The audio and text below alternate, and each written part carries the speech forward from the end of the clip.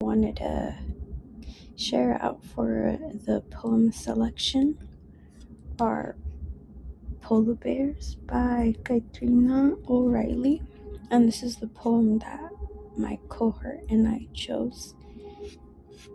The second one is by Patrick Lewis, Polar Bear, and the last one is Polar Bear, also named Polar Bear by Carl Griffin.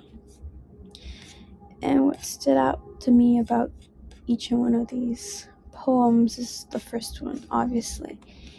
We liked how it described the polar bear and how people such as the Chukchi hold the polar bear to a certain value, kind of like this pedestal where they not worship the polar bear, but they give it's a great deal of importance, and a lot of people do that. And how it's losing its natural environment due to climate change, and it's related to my sustainability topic for our group's research. That's why we chose it, so it could kind of not pinpoint but target our main idea. The other one, Polar Bear by Patrick Lewis, I like the ending, how it also mentions and it explicitly says, I am the specter on disappearing sea ice, losing hold, meaning that the polar bear is realizing that they are an endangered species and their species is going to disappear as soon as the ice melts because they rely on the ice. And the last one, I feel like it was easier to read. That's why it caught my attention. That's what it stood out to me the most. It was easier than this one. Had a harder interpretation. And I really liked the lines. One of the lines that I liked interpreting in this poem was this one.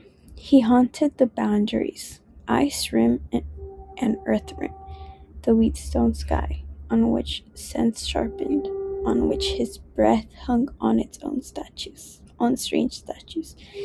And this line right here, I had to ask ChatGPT what it meant, and it said that when you breathe out in cold air, it forms some sort of you can see the air you breathe out.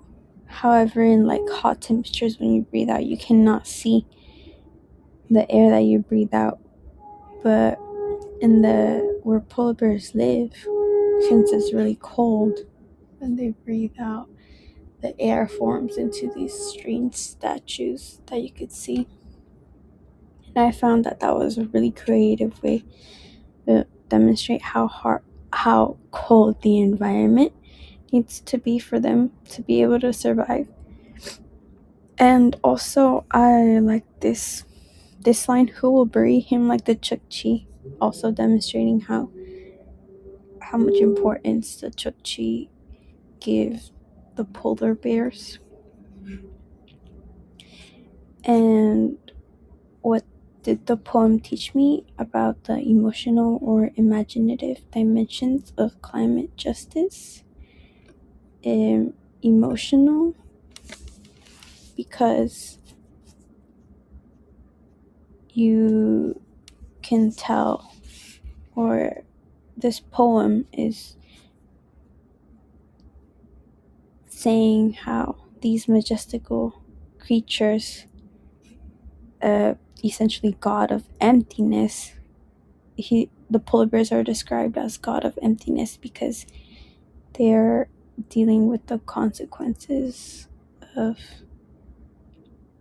their environment, which is already empty and there's nothing there, but they're losing that emptiness that they have. That's all they have. and yet they are losing it, and